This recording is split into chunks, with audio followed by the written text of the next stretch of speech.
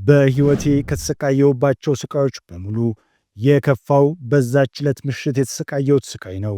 እጅግ የከፋ ህመም፣ አንድ ሰው ቢላ አንስቶ ሆዳችሁን የወጋችሁ ያህል የሚሰማ ህመም።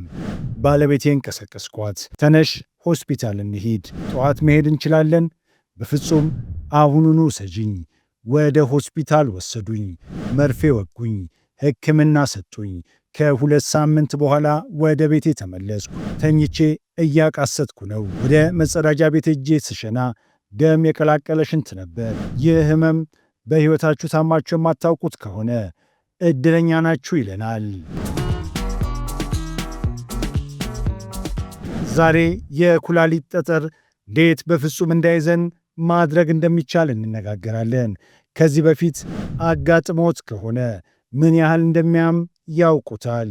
ሰዎች ብዙውን ጊዜ ህመሙን ከምጥ የከፋ ከቀዶ ጥገና የከፋና ከዚህ በፊት ካጋጠማቸው ከማንኛውም ነገር የከፋ አድርገው ይገልጹታል።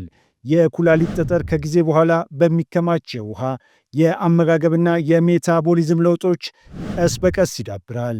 መልካሙ ዜና የኩላሊት ጠጠር በዘፈቀደ የሚመጣ አለመሆኑ ነው። የሚፈጠርበት በጣም ሊገመቱ የሚችሉ ምክንያቶች አሉ። እናም እነዛን ምክንያቶች ከተረዱ በኋላ እንደገና እንደማይመለሱ ለማረጋገጥ በጣም ግልጽ የሆኑ እርምጃዎችን መውሰድ ይችላሉ። ዛሬ ይህንን በሳይንሳዊ መንገድ የተረጋገጡ ምክሮችን እናካፍሎት። የመጀመሪያውና በጣም አስፈላጊው መሰረት ውሃ መጠጣት ነው። የኩላሊት ጠጠሮች በመሰረቱ ሽንት በጣም ሲከማች በኩላሊቶች ውስጥ የሚፈጠሩ ክሪስታላይዜሽን ማዕድናትና ውህዶች ናቸው። ይህ ማለት የመጀመሪያ መንስኤው ውሃ ለመጠጣት ነው ማለት ነው። ምን ያህል፣ መቼና ምን አይነት ውሃ ነው የሚጠጡት? በስኳር ወይም በሶዳ የበለጸጉ ብዙ ፈሳሾች የሚጠጡ ከሆነ ሰውነቶን ውሃ አያጠጡትም።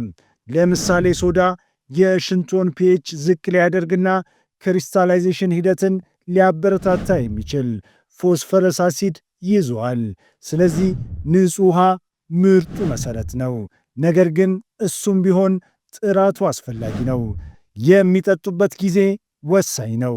አብዛኞቹ ሰዎች በምግብ ሰዓት ብዙ ፈሳሽ ይጠጣሉ፣ ነገር ግን ውሃ ሳይጠጡ ለሰዓታት ይቆያሉ። ይህም ሽንት በቀንና በተለይም በሌሊት ሊከማች ያደርገዋል።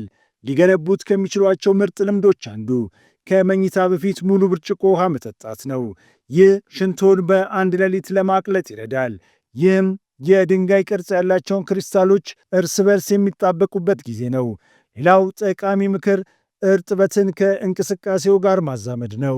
በአካል ብቃት እንቅስቃሴ ወቅት ብዙ ጊዜ ላብ ወይም በሞቃት የአየር ጠባይ ውስጥ የሚኖሩ ከሆነ በላብ ምክንያት ፈሳሽ እያጡ ነው።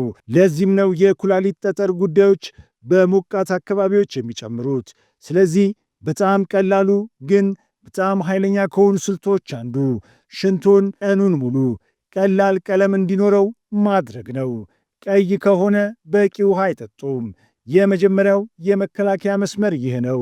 ሁለተኛውና ዋነኛው ሐሳብ ካልሲየም ነው። ብዙ ሰዎች የሚሳሳቱት እዚህ ጋር ነው። የኩላሊት ጠጠሮች የሚመጡት ከመጠን በላይ በሆነ ካልሲየም ነው ብሎ በማሰብ ሰዎች ካልሲየምን ከምግባቸው ውስጥ ለማስወገድ ይሞክራሉ። ነገር ግን ጥናቶች እንደሚያሳዩት ከአመጋገቦ ካልሲየምን መቀነስ በእውነቱ ድንጋይ የመያዝ ዕድልን ይጨምራል። ለምን? አብዛኞቹ የኩላሊት ጠጠሮች ከካልሲየም ኦክሳሌት የተሰሩ ናቸው። ይህ ማለት ካልሲየም ከኦክሳሌት ጋር ይዋሃዳል፣ ናም በኩላሊቶች ውስጥ ክሪስታላይዜሽን ያደርጋል ማለት ነው። እንደ ስፒናች፣ አልመንድ፣ ኦቾሎኒና ሻይ ያሉ በኦክሳሌት የበለጸጉ ምግቦች ሲመገቡ አንጀቶ 2 አማራጮች አሉት። በአንጀት ውስጥ በቂ ካልሲየም ካለ ካልሲየም ከመዋጡ በፊት ከኦክሳሌት ጋር ይያያዛል። ይህ ማለት ኦክሳሌቶች በሰገራው ውስጥ ይወገዳሉ ማለት ነው። ነገር ግን በምግቦ ውስጥ በቂ ካልሲየም ከሌሎት ኦክሳሌቶች በቀጥታ ወደ ደሞ ውስጥ ይገባሉ፣ ናም በመጨረሻው ወደ ኩላሊት ይገባሉ። እዛም ካለ ካልሲየም ጋር ይዋሃዳሉ፣ ናም ክሪስታሎች ይፈጠራሉ። ቁልፉ ነገር ካልሲየምን ከምግባችን ማግኘት ነው፣ ከሰፕሊመንት ምግቦች አይደለም። ከሰፕሊመንት ምግቦች የሚገኝ ካልሲየም አንዳንድ ጊዜ በሽንት ውስጥ የካልሲየም መጠንን ስለሚጨምሩ አደጋው ሊጨምር ይችላል። ነገር ግን ከወተት፣ ከአረንጓዴ ቅጠል ወይም ከዓሳ የሚገኝ ካልሲየም የበለጠ ሚዛናዊ ውጤት አለው። ሌላው አስፈላጊ ነገር ቫይታሚን ዲ ነው። በቂ ቫይታሚን ዲ ከሌለ ሰውነቱ የካልሲየም መምጠጥ በአግባቡ መቆጣጠር አይችልም። ይህም የድንጋይ መፈጠር አደጋን የሚጨምሩ አለመመጣጠን ሊያስከትል ይችላል። ማግኒዚየም ዚህም ወሳኝ ሚና ይጫወታል። ማግኒዚየም ከካልሲየም ጋር በተመሳሳይ መልኩ በአንጀት ውስጥ ከኦክሳሌት ጋር ይያያዛል። ይህም መምጠጥን ይከላከላል። በሚያሳዝን ሁኔታ አብዛኞቹ ሰዎች ማግኒዚየም እጥረት አለባቸው። ናም ይህ ጉድለት ከድንጋይ መፈጠር ጋር በጥብቅ የተቆራኘ ነው። ይህ ማለት በቂ ካልሲየም፣ የተመጣጠነ ቫይታሚን ዲና በቂ ማግኒዚየም ያለው አመጋገብ መከላከያ ነው፣ አደገኛ አይደለም። ሦስተኛው ዋና ምክንያት ኦክሳሌት ነው። ኦክሳሌት በብዙ የእጽዋት ምግቦች ውስጥ በተፈጥሮ የሚገኙ ውህዶች ናቸው። ብቻቸውን ጎጂ አይደሉም፣ ነገር ግን ከመጠን በላይ ለኩላሊት ጠጠር ዋና የአደጋ መንስኤ ሊሆኑ ይችላሉ። ስፒናች ትልቁና ዋናው ነው። አንድ የስፒናች አቅርቦት ብቻ በመቶዎች የሚቆጠሩ ሚሊግራም ኦክሳሌት ሊይዝ ይችላል። ናም ሰዎች በየቀኑ ከፍተኛ መጠን ያለው ስፒናች ሲመገቡ ሳያውቁት ለኩላሊት ጠጠር ምቹ ሁኔታ ይፈጥራሉ። ነገር ግን ስፒናች ብቻውን ተጠያቂ አይደለም። የአልመንድ፣ የኦቾሎኒ፣ የአኩሪ አተር ምርቶች፣ ቸኮሌትና ሌላው ቀርቶ ቀይ ስሮች በኦክሳሌት በጣም የበለጸጉ ናቸው። አሁን ቁልፉ እነዚህን ሁሉ ምግቦች ማስወገድ አይደለም፣ እንዴት እንደሚያዘጋጇቸውና እንደሚያዋህዷቸው ነው። እንደ ስፒናችና ቀይ ስር ያሉ የተወሰኑ አትክልቶችን ማብሰል የኦክሳሌት ይዘትን በእጅጉ ሊቀንስ ይችላል። ምክንያቱም ኦክሳሌት ወደ ውሃ ውስጥ ስለሚገባ። ማጣመር፣ ለምሳሌ ስፒናች የሚበሉ ከሆነ ከቺዝ ወይም ከእርጎ ጋር መቀላቀል ኩላሊቶቹ የሚገጥሟቸውን የኦክሳሌት ጫና በእጅጉ ሊቀንስ ይችላል። ሌላው አስደሳች ነጥብ የአንጀት ባክቴሪያዎች ሚና ነው። ኦክሳሎባክተር ፎርማጂንስ የሚባሉ የተወሰኑ የባክቴሪያ አይነቶች በአንጀት ውስጥ ኦክሳሌትን በተፈጥሮ ያፈርሳሉ። ነገር ግን ሰዎች በተደጋጋሚ አንቲባዮቲኮችን ይወስዳሉ። ይህ ባክቴሪያን ሊያጠፋ ይችላል። ይህም የኦክሳሌት መምጠጥን ይጨምራል። ይህ ተደጋጋሚ አንቲባዮቲክ መጠቀም ከኩላሊት ጠጠር አደጋ ጋር የተቆራኘበት አንዱ ምክንያት ነው። የአንጀቶን ማይክሮባዮሚን በፕሮባዮቲክ የበለጸጉ ምግቦች መጠበቅና አላስፈላጊ አንቲባዮቲኮችን መቀነስ ሌላው የመከላከያ ሽፋን ነው። ብዙ ሰዎች በየቀኑ የሚወስዱት ሻይ እንኳን የኦክሳሌት ምንጭ ሊሆን ይችላል። ጥቁር ሻይ በተለይ በኦክሳሌት የበለጸገ ነው። ጤናማ ምግቦችን ሙሉ በሙሉ ሳይገድቡ ኦክሳሌትን ለመቆጣጠር የሚረዱ ቁልፍ ነገሮች ናቸው። አራተኛው ምክንያት የፒኤች እና የሲትረስ ሚና ነው። የሽንቶ ፒኤች ማዕድናት መሟሟታቸውን ወይም ክሪስታላይዜሽን ሽንቶን በጣም አሲዳማ ከሆነ ዩሪክ አሲድ ድንጋዮችና የካልሲየም ኦክሳይድ ድንጋዮች በቀላሉ ሊፈጥሩ የሚችሉበትን አካባቢ ይፈጥራሉ። ሰውነት ከዚህ ጋር በተያያዘ ከሚወስዳቸው ተፈጥሯዊ መከላከያዎች አንዱ ሲትሬት ሲሆን ይህም በሽንት ውስጥ ካለው ካልሲየም ጋር የሚጣበቅና ክሪስታላይዜሽን እንዳይፈጠር የሚከላከል ውህድ ነው። ሲትሬት የሽንት ፒኤችን ከፍ ያደርገዋል። ይህም አሲዳማነትን ይቀንሳል። ናም ለድንጋይ መፈጠር ምቹ አይደለም። እንዳለመታደል ሆኖ ብዙ ሰዎች በቂ ሲትሬት የበለጸጉ ምግቦች አይመገቡም። ምርጥ የተፈጥሮ ምንጭ ሎሚና ሌሎች የሲትሬት ፍራፍሬዎች ናቸው።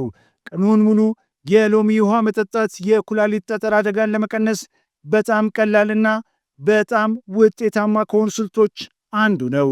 የአፕል ጣዕም ኮምጣጤም ተመሳሳይ አልካላይዜሽንና መከላከያ ውጤት ያለው አሲቲክ አሲድ ሊያቀርብ ይችላል። እንደ ተጨማሪ ምግብ የሚገኘው ፖታሲየም ሲትሬት ተደጋጋሚ ድንጋዮችን ለመከላከል በሕክምና ቦታዎች የታዘዘ ነው። ነገር ግን እንደ አቮካዶ፣ ቅጠላማ አረንጓዴና ሙዝ ባሉ ሲትሬትና ፖታሲየም የበለጸጉ ምግቦች ላይ ካተኮሩ ተጨማሪ ምግብ አያስፈልጎትም። በአመጋገቡ ውስጥ በአሲድና በአልካላይን መካከል ያለው ሚዛን እዚህም አስፈላጊ ነው። ለቀይ ስር፣ ስጋና የተቀነባበሩ ስጋዎች ባሉ የእንስሳት ፕሮቲን የበለጸጉ ምግቦች ሽንትን አሲድ ያደርጋሉ። ይህም የኩላሊት ጠጠር የመያዝ ዕድልን ይጨምራል። ይህ ማለት ፕሮቲንን ማስወገድ ያስፈልጋል ማለት አይደለም። ነገር ግን የአሲድ ጭነቱን ለማካካስ የእንስሳት ፕሮቲንን ከብዙ አትክልቶችና ሲትሬት የበለጸጉ ምግቦች ጋር ማመጣጠን አለቦት ማለት ነው። በምግብ መከላከል የሎሚ ውሃ መጠጣት ውጤታማ ነው። ምክንያቱም ሲትሬስ በሽንት ኬሚስትሪ ላይ ለመስራት በቀላል ይገኛሉ። በቀን ውስጥ ትናንሽና ወጥነት ያላቸው መጠኖች ሽንት እንዳይከማችና ክሪስታሎችን የመፍጠር ዕድላቸው ይቀንሳል። አምስተኛና የመጨረሻው ዋና ሐሳብ የአኗኗር ዘይቤና ሜታቦሊዝም። ለምሳሌ ከፍተኛ የሶዲየም ቅበላ በሽንት ውስጥ የካልሲየም መውጣትን ይጨምራል። ይህም በቀጥታ የድንጋይ አደጋን ያስከትላል። ለዚህም ነው የተቀነባበሩ ምግቦች፣ ፈጣን ምግቦችና የምግብ ቤት ምግቦች በጣም ችግር ያለባቸው በሶዲየም የተሞሉ ናቸው። ከዚህም በላይ የኢንሱሊን መቋቋምና የሜታቦሊክ ሲንድረም ከኩላሊት ጠጠር ምስረታ ጋር በጥብቅ ይያያዛሉ። የኢንሱሊን መጠኑ ከፍ ሲል ለብዙ የድንጋይ አይነቶች መፈጠር ዕድል ያዘጋጃል። ከመጠን በላይ ውፍረት ራሱን የቻለ የአደጋ መንስኤ ነው።